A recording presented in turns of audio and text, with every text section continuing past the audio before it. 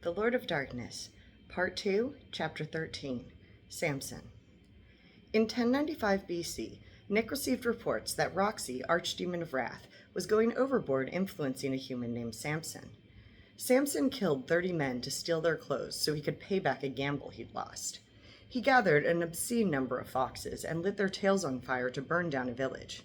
He slaughtered more people than I care to mention. The Lord of Darkness felt like he should check out the situation in person. An arm shot out to block Nick's passage through the cave opening. "Hey, buddy, what's up?" asked the arm's owner in a way that was somehow threatening. Nick sighed. "Hey, Michael, I'm here on official business." "Do you have documentation to support this claim?" asked Archangel Michael of Security, smirking as he watched Nick fume. "Come on, again? Really?" Michael's smile grew wider and more malicious. "Really? It's standard procedure for all archangels with unresolved penance." Which only applied to Nick, of course. Nick glared, trying to avoid looking at his haggard reflection in Michael's then mirrored visor. He drew up a screen and opened the official document authorizing him to be there. Michael pointedly studied it for longer than was necessary, while Nick unsuccessfully pretended it wasn't getting to him. "Everything's in order this time," Michael admitted reluctantly, closing the screen. "Good luck with your business." Nick rolled his eyes and pushed past him into the cave. Inside, he found Samson pacing furiously and Roxy grinning wickedly. Samson looked a little like the result of an artist carving out the crude outlines of a sculpture before abandoning the project, rough around the edges with unfeeling eyes and muscles as solid as stone. The Archdemon of Wrath was wearing a red wraparound dress that left little to the imagination. Not that Samson could see or hear her. When Roxy saw Nick walk in, she rolled her eyes. "Hooray for Captain Buzzkill. What's wrong now?" "What's wrong now?" Nick echoed with disbelief. "That human just murdered like 50 people. And dial it back, Roxy," Nick ordered. "Why, isn't overkill your new MO?" Roxy replied, studying her fingernails in a blatant display of non-interest. Nick scowled darkly. "I barely influenced him," she said. Nick scoffed. "Oh, really? Then why'd he go on a rampage?" "He married some Philistine girl, then ran off to settle a bet," Roxy explained. "Her dad figured he skipped out, so he gave her to Samson's best man. Samson came back, and her dad was all like, 'My bad, bro. You can take my younger daughter instead. She's even prettier.'" Nick waited a beat before realizing, that's the whole story, isn't it? "Yep, so we good?" asked Archdemon Roxy of Wrath. "No, we're not," snapped Nick. "He's obviously been under your influence for a long time." "Yeah, 'cause I'm doing my job," Roxy pointed out. "And as your boss, I'm telling you to dial it back," Nick retorted. "Aye, aye, Captain," she snarked with a somehow defiant salute. "Great," Nick said, before enveloping himself in shadows and teleporting away. Nick had planned to return to Hell the moment he emerged in the Room of Worlds, but once there, he found himself hesitating. He had plenty of work to do, but none of it was urgent, and he was surprised by a sudden pang of homesickness that left him rooted to the spot. Someone cleared their throat pointedly, alerting Nick to the line of angels impatiently waiting to enter Earth's portal, and to the fact that he'd been blocking the entrance for entirely too long. "Sorry," Nick mumbled, teleporting out of the way hastily. Nick was surprised to find himself outside my office door instead of his own. Bypassing the portal to Hell's is a privilege of Archangels of Penance. He stared at my nameplate for a long time before knocking. "Come in," I called out. When Nick walked in, I stood up so fast I knocked over the glass of water on my desk. I didn't even notice until after he left. "Hi, Gabriel." "Nick!" I exclaimed after realizing I'd been silent for entirely too long. "Please, have a seat. What can I do for you?" "I was wondering if you wanted to get a drink with me," Nick said, uncharacteristically tentative as he hung back by the door and struggled to maintain eye contact. I was immediately suspicious. It must have shown on my face because he added, "I said we'd catch up later." 803 years ago, I pointed out. Nick grimaced and nodded at his shoes. As his cheeks reddened, shadows darkened over him, partially obscuring his face. I don't think he even noticed himself doing it. I brushed a short lock of straight golden hair out of my face and glanced at his t-shirt, which depicted an adorable cartoon lion shaking appendages with an adorable cartoon zebra. Oh, I realized, you're seriously just here to catch up? Absolutely, I'd love to. A deep, shuddering sigh of relief escaped his lips. Please don't tell the others. I'm not ready for everyone. Yet. Okay, I agreed hesitantly. Another sigh of relief as the shadows lifted from his face and returned to their natural places around the room. But Michael, I began. I'd rather see less of Michael right now, Nick interrupted, expression instantly souring. Never mind, let's have that drink, I suggested, changing the subject before I could stay in the encounter. Nick smiled appreciatively. I poured drinks and materialized 2 armchairs, a table, and a crackling fire and accompanying hearth. We settled into the comfortable chairs and uncomfortable silences as we both failed to think of what to say. So, how are you? Nick tried. Good, I replied. How are things with you? Good, he lied, triggering another silence. I pointed at his shirt. Am I the lion or the zebra? I didn't think it through that far, Nick admitted, but I'm obviously the lion. You don't have hunter's eyes. I was afraid to ask what that meant, so instead I asked, What have you been up to? Work, mostly, Nick said. Before more silence could overtake us, he added, My penance assignments are pretty mundane the last few centuries. That's great, I said encouragingly. Maybe that means you're almost done. Maybe, he said politely and without conviction. After another awkward silence, I felt compelled to ask, Nick, I'm honored that you came to see me, but I have to ask, why did you come see me? Out of everyone, I mean. We've always gotten along, but we've never been especially close. The question stumped him. Nick opened and closed his mouth a few times as he thought of answers, then changed his mind. I don't know. I guess I just thought you'd be the most likely to agree not to tell anyone I came to see you.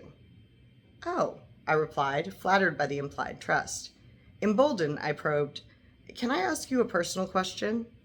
Another one? Okay, Nick agreed with only slight hesitation. Why did you commit that sin? I wondered. I'm not being judgmental. I genuinely want to understand. Okay, Nick decided, leaning forward conspiratorially. The truth is, it was an accident. Nick, I began frustratedly. Honestly, he insisted, I'm not denying I was careless and irresponsible and reckless, but I really wasn't trying to kickstart the Judgment Age. I threw up my hands uncomprehendingly. Then I don't get it. Why won't you repent? I didn't do it on purpose because I didn't think of it, Nick explained. I'm not sorry I did it, even though it was an accident. But why? I asked. Why aren't you sorry? Because I'm in love with her, he said as if it were obvious. You barely know her, I objected. You knew her for less than a year. How could you possibly be in love with her? Nick behaved as if he didn't hear me, which was annoying until I remembered he didn't. I miss her so much, he whimpered, accidentally shattering the tumbler, which startled him out of his reverie. Nick waved his hand, reforming the glass and drink from their scattered components. He stood. I ought to get going. Don't go, I exclaimed, jumping to my feet. Nick, I'm sorry I brought up Eve. It won't happen again. Please stay. I miss you. We all do. I miss you too, he admitted, sinking back into his seat with a sigh, then a smile. You convinced me. What else should we... Nick stopped talking abruptly when an alarm beeped frantically in his head. He pulled up a screen, read it quickly, then groaned and shot me a guilty look. Now I really gotta go. Problem? Nothing I can't handle, Nick assured me. It's real nice seeing you again, Gabriel. We should do it more often, I replied. Yeah, he agreed unconvincingly, then teleported away in a swoop of shadows. I walked back to my desk and discovered the puddle that had formed on it, a mild inconvenience that was dispelled with a wave of my hand. The surreality of my encounter with Nick was much harder to dispel. Nick had to leave abruptly because Roxy took his instruction to mean she should abandon Samson entirely. He could have called her back and cleared up the misunderstanding, but by that point he didn't trust her to clean up the mess.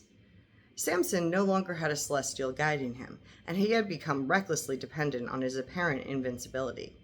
He agreed to be tied up by his own men and handed over to the Philistine rulers for execution as proof of allegiance.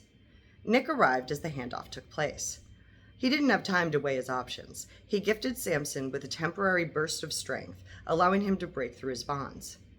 Samson then found a donkey's jawbone and used it to mercilessly slaughter the 1,000 men who sought vengeance on him that day.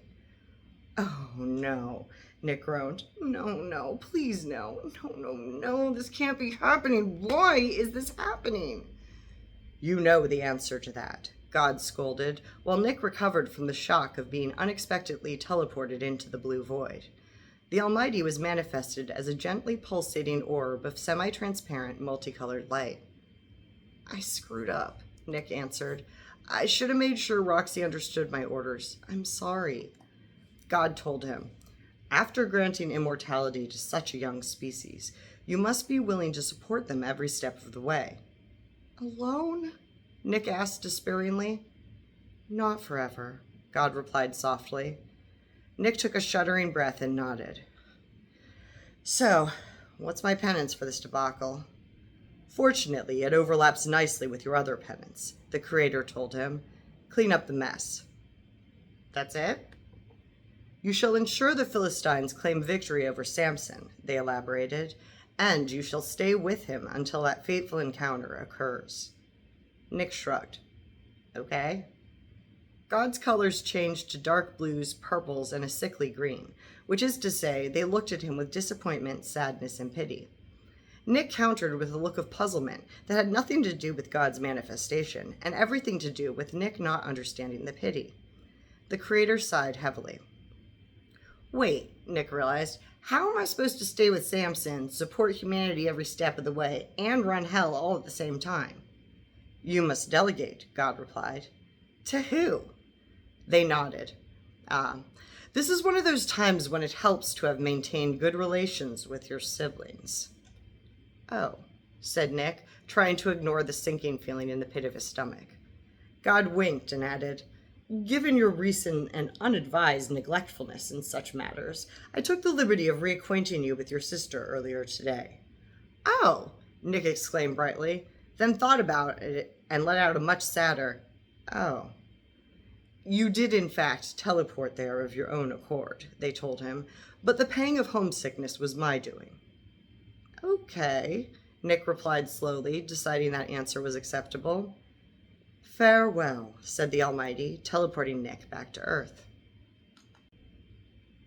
The Philistines were justifiably afraid of Samson after his latest massacre, so they began looking the other way as long as he stayed out of their business. And Nick floated imperceptibly above Samson. On Nick's orders, Archdemon Roxy of Wrath went on a campaign to tempt the Philistines to attack Samson and his Israelites, but it wasn't enough to overcome their fear. And Nick floated imperceptibly above Samson for 20 years.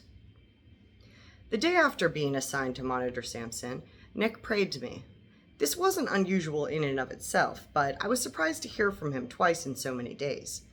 I fought my instant suspicion that the previous day was a ploy to make me susceptible to whatever he was about to ask for. It's not that I thought Nick was a bad person, I just knew him to be a person who looked at everyone like they were opponents in a metaphor for war. Sure enough, Nick's opening line was, "Gabriel, I need a favor." I almost disconnected. "Hear me out," Nick implored, somehow intuiting my feelings. "I didn't want to ask so soon after we started talking again, but I don't got anyone else right now. I was wrong to think I could do it all alone. I need help." "Where are you?" I asked, because we consider it a little rude to look up someone's location without their permission. Nick sent me coordinates, and I was there moments later, zipping past the new security protocols as an archangel of communication with an unblemished record. Also, Michael didn't have a grudge against me. That day, my hair was auburn, curly, and swept off to one side. Nick's shirt was emblazoned with bright spray-painted letters. The letters themselves spelled good, but the spaces inside the letters spelled evil. Per usual, the text automatically translated into a language familiar to the beholder. In this case, the words intersected nicely in a surprisingly large number of languages. "Thanks for coming," Nick said. "What's the situation?" I asked. He pointed at Samson. "I gotta follow that human around indefinitely, but I also gotta keep hell running and some vague stuff about supporting humanity or whatever. I can't do it all, so I gotta delegate. If you're about to ask me to take over hell for you, I'm stabbing you right there, I interjected. Nick smirked. Don't worry, I'm not. But someone's got to step in, and I got no idea who. Can you go to hell, do a little recon, and tell me who looks most competent? One of the archdemons, I assumed. I don't exactly trust them, he admitted. They've been disgruntled all Judgment Age, and it wouldn't surprise me if they tried a coup. Belf's the safest choice, but he's useless. So, no, not one of the archdemons. Maybe I should find you several demons to each run part of it, I suggested. Nick brightened. Great idea. Also, do you mind doing regular check-ins to make sure hell's not in total pandemonium? He laughed. I was going to say chaos. And so, Nick and I saw quite a bit of each other over the next 2 decades. At first, it was all business, but it gradually became more social. Sometimes Abel, and occasionally his brothers, joined us, but mostly it was just Nick and me. Without meaning to, we started becoming friends. One day, Nick had a few too many drinks and talked freely about Eve. He usually avoided the subject, not because it made situations instantly uncomfortable, but because it gave him a headache to undergo perception skips in rapid succession. I pulled my fuchsia hair into a tight bun and gave him my full attention. Missing Eve's like missing a lung, Nick told me. I can breathe, but I feel like I can't catch my breath. I got a great big hole inside me that used to hold something vital. If her soul wasn't immortal, if she stopped existing when she died, I don't know how I'd cope. I don't know how I'd breathe if she wasn't there. You don't have to breathe, I pointed out. It's a metaphor. Nick, I get that you love her, but you can't ever see her again, I said. If you don't start trying to move on, you're going to be miserable for a very long time. I missed most of that, Nick replied. I'm going to assume you said something real insightful. I sighed. Mind-blowing. I'm saying that's why I'm not sorry, he said. You've lost me.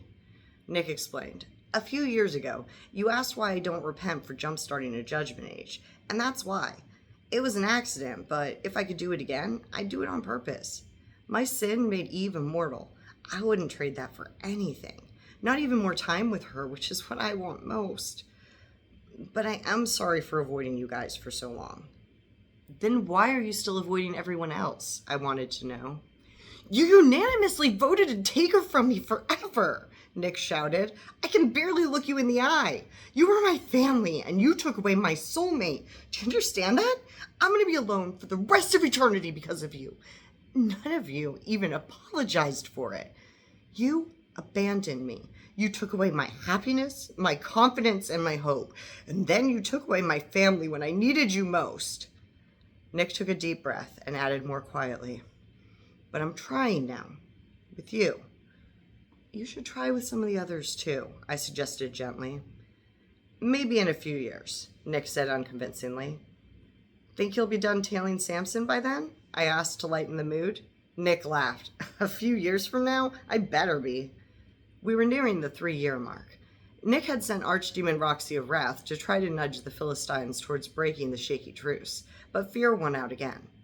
Also, she was still a bit miffed about the start of this whole debacle and may not have been trying her hardest. Over the next years, Nick tried sending in everyone he could think of. He even sent in Lucifer, knowing fully well he'd intentionally screw it up out of spite.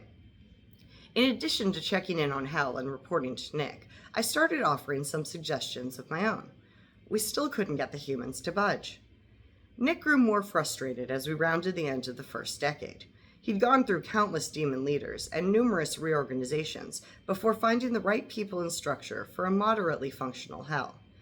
I started to understand his perpetually bad mood. Neither of us could have guessed what God was preparing Nick for. A little over 11 years into the assignment, I arrived to find Nick chuckling to himself.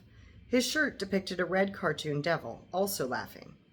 It was actually not a devil, but an imp from a previous world of ours. Nick was particularly fond of them, and somehow humanity later came to mistake their image for his. I ran a hand through my spiky brown hair worriedly. What's so funny? I hate Samson, Nick told me. I hate following him and seeing all the constant reminders of how bad I screwed up humanity. I kept wanting the Philistines to attack so I could stop, but that's crazy. Humans are finally pausing between constant wars, which means they're getting better. I had my head down so long I forgot the point of all this. It doesn't help that Samson's a total asshole, I added. Nick laughed. It really doesn't. It's nice to see you in such a good mood. I called off all the demons working the Philistine-Israelite conflict, Nick said. I'm going to let this one go as long as the humans let it. Just a little peace for once, sorta. Are you sure that's wise? I asked. The devil shrugged. God didn't stop me, so it can't be too wrong. Not to be rude, but isn't that the sort of thinking that got you penance in the first place? I reminded him. Yeah, Nick replied, but I thought about it a lot, and I don't think God's trying to squelch that behavior. In fact, they firmly pointed me in the opposite direction. I feel like that means I did a good thing in a bad way. What do you think? I answered him honestly.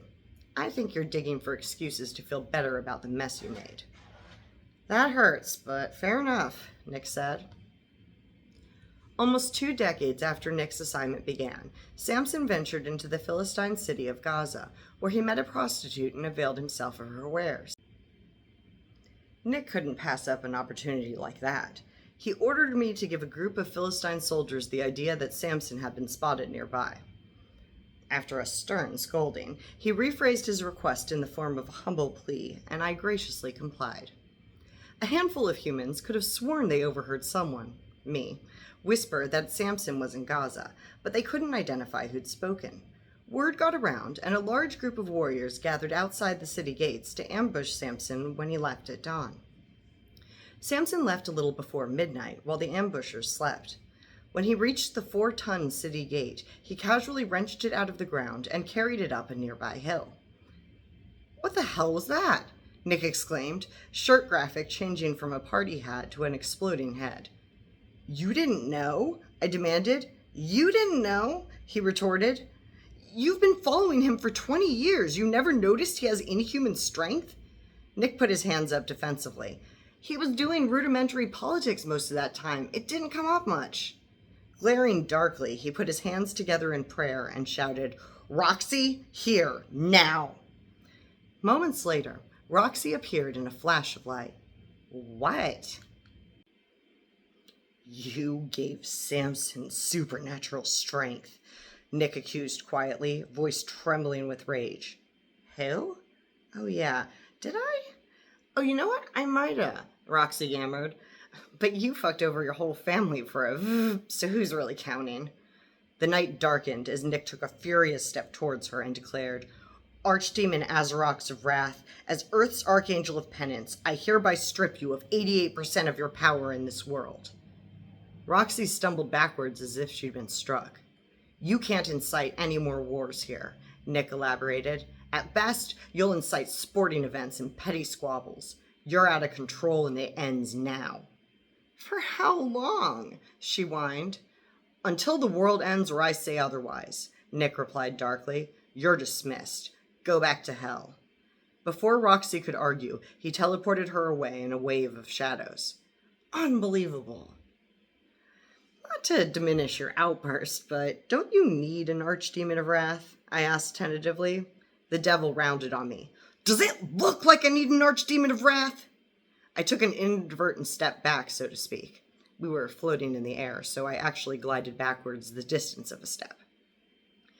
I shouldn't have snapped at you. I'm sorry, I'm not mad at you, Nick apologized hastily, as if to get it out of the way. And to answer your question, no, I don't think I need an Archdemon of Wrath. Humans are good enough at that on their own, but I do need her around for the extra voting power. I scoffed. You seriously think she's going to vote in your favor on anything after you crippled her abilities on Earth? Maybe if it was in her best interest, Nick speculated, but that's not the point. The point is everyone still thinks she's on my side. She's too prideful to tell people she's got diminished abilities, and I'm not going to spread it around. If Michael knows I lost the backing of another archdemon, he's going to get bolder. He's not plotting against you, I said for the umpteenth time. He is, Nick insisted. I sighed exasperatedly. Come on, Nick. All he's done is enforce stricter security guidelines for Earth access, targeted at me, he interrupted. And frankly, he has a point, I continued. You broke a major rule, Nick. You abused your access privileges and caused a catastrophic disaster. You're still doing penance for it because you messed things up so badly, they're still not fixed 8.5 millennia later. Michael's the head of security, and you're a major security risk. Why can't you just take my word for it? Nick demanded. I paused for a beat before asking, is that a rhetorical question? No. Look at it from my perspective, I urged. What's more likely, that Michael, who's been your brother and best friend for eons, suddenly turned on you, or that you're being a little paranoid? Nick and the emoji on his shirt frowned. You gave me a lot to think about. Finally, I exclaimed, relieved to have finally gotten through to him. I hadn't gotten through to him. That was the moment Nick abandoned his attempts to convince me of Michael's campaign against him. In my defense, Nick didn't tell me everything that had been happening. Shortly after I said my goodbyes and returned home, one of Michael's guards appeared. During the 20 years Nick followed Samson, I never saw the various members of Michael's security team who checked in on him, and I don't think that was an accident. According to Nick, they'd all been actively trained to distrust him and passively encouraged to bully him. Nick sighed.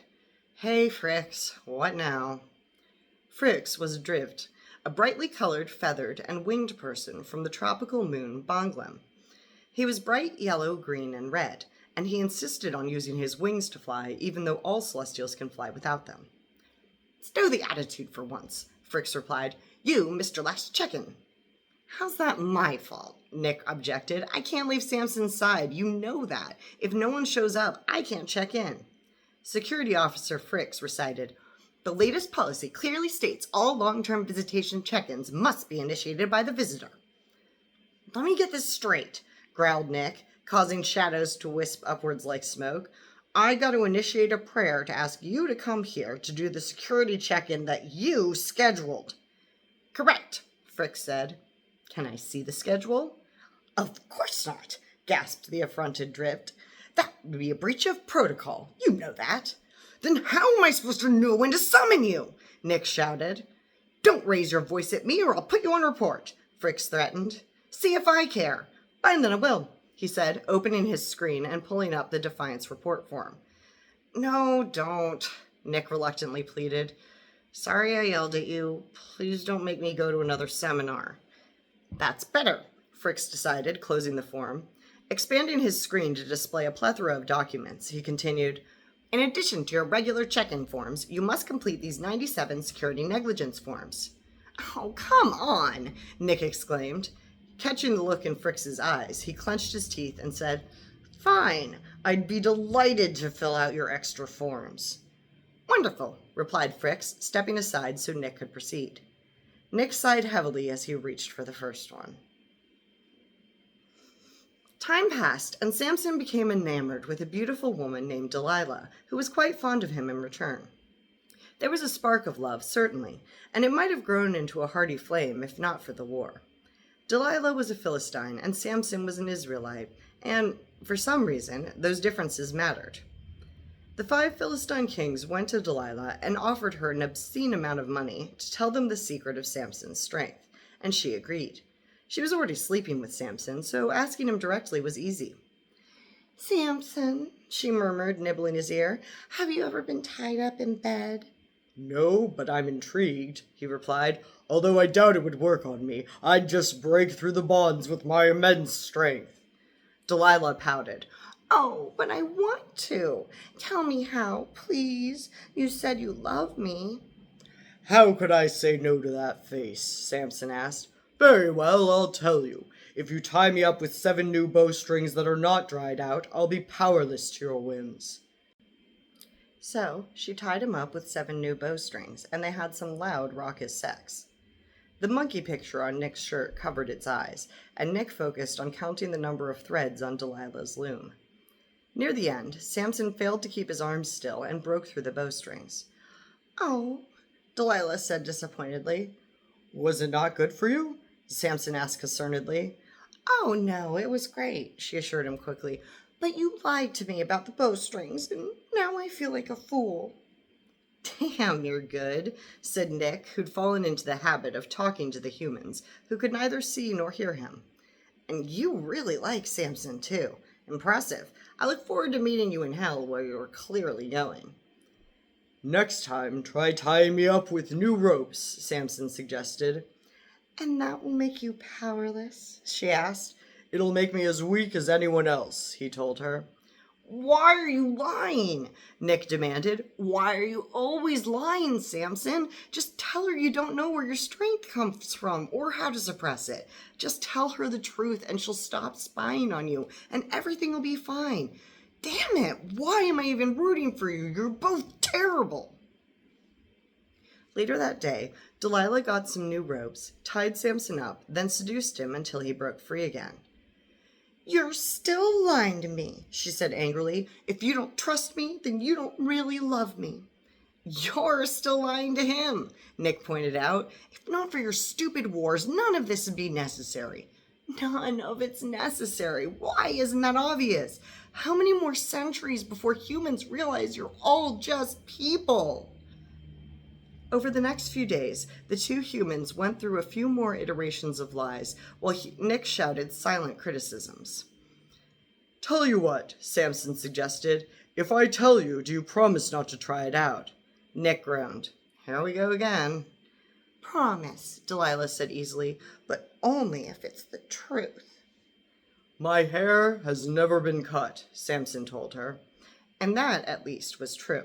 He was a Nazirite, which meant he expressed his dedication to God by abstaining from haircuts, alcohol, and touching corpses. If my hair were cut, I'd offend God and be as weak as the next man. Now do you understand why you can't try it out? It's against my faith. Nick grimaced. As Archangel of Faith, he can inspire faithful feelings in nearby humans, which is usually a good thing. In this case, it reinforced a homicidal terrorist's belief that he was righteous. Delilah nodded solemnly. I understand. Thank you for the truth. Archangel Nick shouted in frustration. Then he took a deep breath and put his hands together in prayer. God, I'm at the end of my rope here. This is the Philistines' best shot in a real long time. I want to obey you. I'm really trying, but I don't know what you want.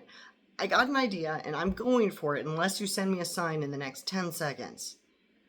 After 10 seconds passed, Nick turned to Samson and proclaimed, The last words you spoke are now true. You'll lose all divine power if your hair gets cut. And it was so. Blessing the living with divine powers is extremely risky, as you may well imagine. But revoking those blessings can be equally dangerous. Samson knew his strength was supernatural, and he flaunted it. If he'd lost his power suddenly and without explanation, humans could easily have misinterpreted it as a sign of God's displeasure with him and the group he represented. But Samson's lie changed everything. Condemning him for ostensibly offending God would bolster his followers' faith instead of crushing it. Delilah tied Samson up and cut his hair while he slept. Then she summoned the Philistine kings. Samson awoke and struggled against his bonds, but they didn't break. His eyes widened in horror, making themselves bigger targets for the daggers that pierced them. The kings celebrated their victory and mocked their spoils. Delilah was careful to look anywhere except at Samson and the bloody holes where his eyes had been. The Philistine kings took Samson to Gaza, bound him in bronze chains, and put him to work grinding at the prison mill. God's voice boomed in Nick's head. Well done, Nick. You may return home now. Finally, cheered Nick, falling to his knees with relief. Unaware of any of this, I arrived to check in on Nick and was alarmed to find him on his knees and shaking.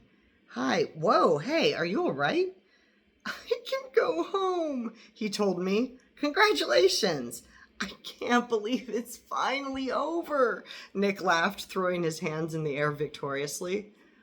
Where's Samson? I wondered. Nick nodded towards the human. Over there. I looked and immediately wished I hadn't. His empty eye sockets were still caked with dried blood. How'd they catch him? All his strength's in his hair, and they cut his hair, Nick explained. Oh, I replied, not knowing what else to say. Think it's safe to leave him alone, or should we check in periodically? Nick shrugged. They can't be stupid enough to let his hair grow back. They'll be fine. Let's get the hell out of here. Samson's hair started growing back before the Philistine kings finished celebrating his capture. Arrogance and drunkenness inspired them to have him brought to the party so they could publicly mock him again. Samson recognized his opportunity and prayed, "God, please give me my strength just once more so I can get even with the Philistines who took my eyes by killing all of them." In the afterlife, Hammurabi, who invented the eye for an eye policy, would get into a heated argument with Samson over that particular prayer. Samson's hair was hardly more than stubble, but he only needed a fraction of his old strength. As soon as he was close enough, he lunged at the structural columns in the center of the room. Samson knocked them over with a mighty heave, shouting, "Let me die with the Philistines!" And he did. The building collapsed, killing Samson, the Philistine kings, and the 3,000 party guests who were on the roof at the time. Samson awoke in the gray void alone. He looked down at his body, amazed that his sight had returned. Then he took in his surroundings, stunned that nothing but grayness stretched out infinitely in all directions. He could feel a smooth surface beneath him, but there were no visible edges, no way to tell where the ground ended and the sky began. The space before him shattered, revealing a doorway of darkness. A furious archangel in a shirt covered with profanity stepped out of the darkness and shouted, "You gotta be fucking kidding me! I just got rid of you! 3,000 people? You don't do anything small, I'll give you that!" Who are you?" stammered Samson. "Where am I?" "You're dead," the devil told him dryly. "You took all those Philistines with you. Congratulations. Now you get to spend the next few decades hanging out with them in hell. Won't that be nice?" "Hell," Samson squeaked, "but I served God my whole life." Nick chuckled darkly. "You really didn't, pal. Trust me, I was there." Samson literally shook with terror. Nick sighed heavily, forcing down his anger. "Don't worry, it's not forever. Hell's where we teach you to be a good person and help you add goodness to the multiverse until you earn your way into heaven. You got a real long way to go, but you'll get there eventually. Sorry I scared you. It's gonna be okay."